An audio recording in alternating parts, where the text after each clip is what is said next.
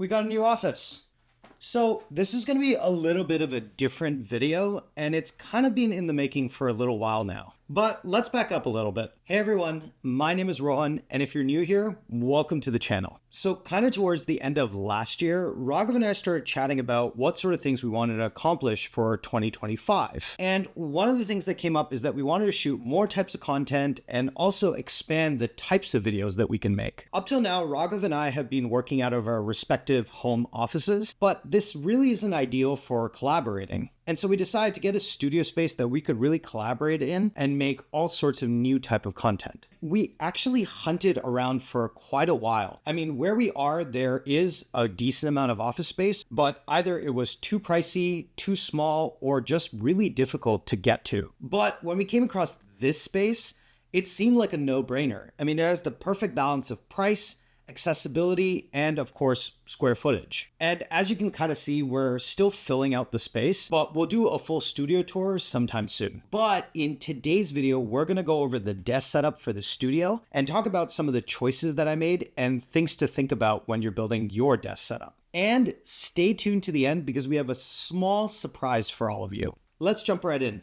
One of the most important things for a desk setup is, of course, the desk. Now, there's all sorts of options out there with different price points and features, but I wanted to keep this a little bit more budget friendly. And so I picked up this IKEA BenQ desk from Facebook Marketplace for about $100. So this desk measures in at 63 by 31 inches, which if you compare it against other big brand desks, it's actually slightly bigger. And all this means is that I have a lot more space to shoot videos and a more comfortable work environment. What I like about this desk is the built-in cable management mesh that makes it super simple to hold cables and adapters. So it just happened to be that this particular seller was also selling a chair. So I picked up the SIHOO ergonomic office chair. The chair itself is pretty good. It has a mesh backing, a really comfortable seat, adjustable armrests, and a really comfortable headrest. One upgrade that I did make to the chair are replacing these casters with these ones from StealthO. Beyond the striking blue color, they're actually a lot smoother, making rolling around the office a lot easier. I'll make sure I link them down in the description below. As for my computer, I'm using the M1 Mac Mini. I actually had it laying around the house and wasn't using it much, so I thought the studio might be a really good home for it. The M1 Mac Mini has been a really great machine, and even though it's a few years old now, it's still a workhorse. It's the perfect machine for some browsing, script writing, and maybe even a little bit of light video editing. Below that, I'm using a dock from Satechi, which adds some extra USB ports and crucially, an SD card slot. Now, of course, I know the newer, smaller M4 Mac Mini is out right now, and I do plan to upgrade this machine sometime soon. For the monitor, I typically like to run a triple monitor setup like the one that I have at home, but I figured the studio might be a good opportunity to try something new. So the monitor I'm using is this curved Ultrawide from LG. At 34 inches, it has a lot of screen real estate, gets plenty bright, and has really thin bezels. And as I mentioned, it's also curved, which makes viewing angles really, really good. Overall, I find this monitor also to be a perfect pairing with this desk because it helps fill more of the space. This, of course, is my first time using an ultra-wide monitor for work,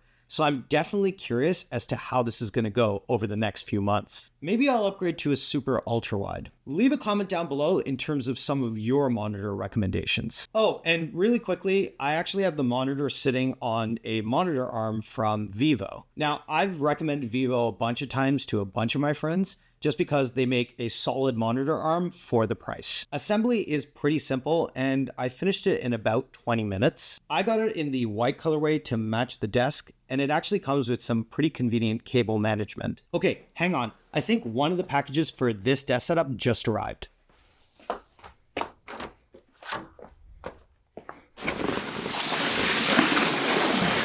So my good friends at Elgato heard that I was moving into a new studio and they sent me some stuff, and they're actually one of the sponsors of today's video. Let's take a look.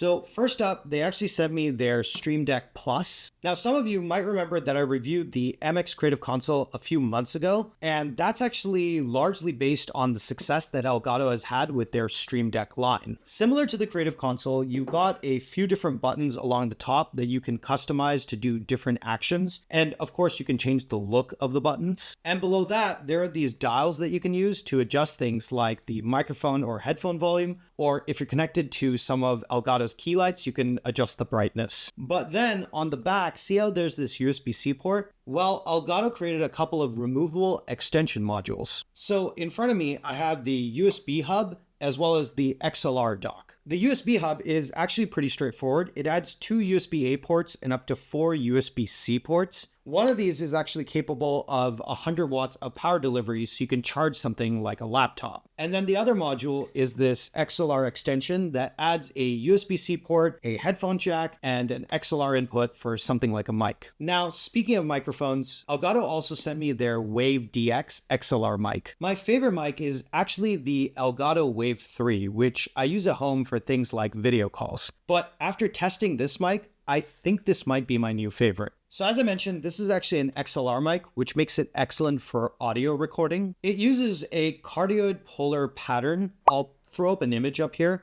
And what that basically means is that when you're using this mic, it usually is very directional, but the pattern allows for a little bit of forgiveness if you're not directly facing it. And this mic has some really good noise rejection, so even if you've got a lot of noise going on in the background, the other person on the other end will still be able to hear you clearly. With this mic, Elgato also sent me their low-profile wave arm. Most arms are really tall and long, and I wanted something that I could just push away when I'm not using it. So this low-profile arm works perfect because I can just shove it right underneath the monitor. The other package that I got is the Screenbar Halo from BenQ. They're also a co-sponsor of today's video. Now, lighting is really important to me. I like a well-lit area when I'm working so that I can reduce eye strain and I can better focus on the task at hand. The Screenbar is perfect for illuminating my space, so whether I'm doing a sketch or writing out a script, I have enough light so I can see what I'm doing. But what sets the Screenbar Halo apart from its competitors is not what's on the front, but what's on the back. You'll notice that BenQ has included this translucent backing that illuminates the wall behind my monitor. This helps me reduce eye strain when I'm looking at my monitor for a very long time. BenQ has also included a wireless module that allows you to control the brightness as well as the temperature of the Screenbar Halo. Overall, it's a pretty awesome product. So the other peripherals that I want to talk about are my keyboard and my mouse. For the keyboard, I've gone with the Low Free Flow 84 Lite. It's a low profile 75% keyboard, and it comes in this really cool colorway called Marble. It's actually packed with a ton of features. It has a backlight, so it's easier to see in the dark, a built-in roller for adjusting the volume, and some pretty soft flip-out kickstands. When it comes to connectivity with this keyboard, it's got a lot of options from a USB adapter to wired and even Bluetooth. As for the typing experience, it has a really creamy thok sound to it. It's something that you just have to listen to.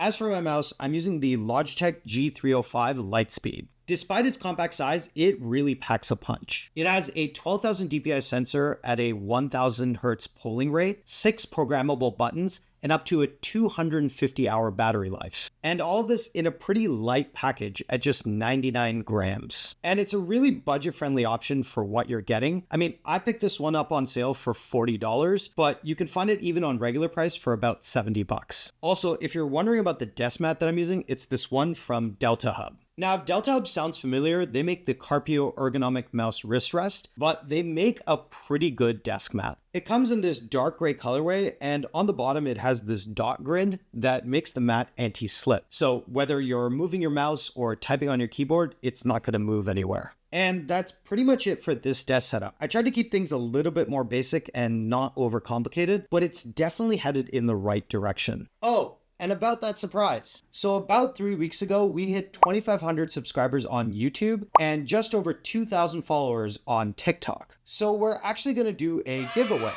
We actually think that celebrating even the small achievements is super important. And that's why we're giving back to all of you that have joined us on our journey. So with that in mind, we're actually giving away a Beats pill. Of course, all of you are familiar with Beats, and we figured that giving you a wireless speaker would be the perfect giveaway item. So in order to win, all you have to do is follow us on our Instagram as well as our YouTube, and leave a comment down below with your Instagram handle. We'll be picking the winner in about 3 weeks. So good luck to everyone. Okay, that's a wrap for this video. If you enjoyed it, leave a like down below and consider subscribing if you haven't already. As always, thanks for watching, and we'll see you in the next one.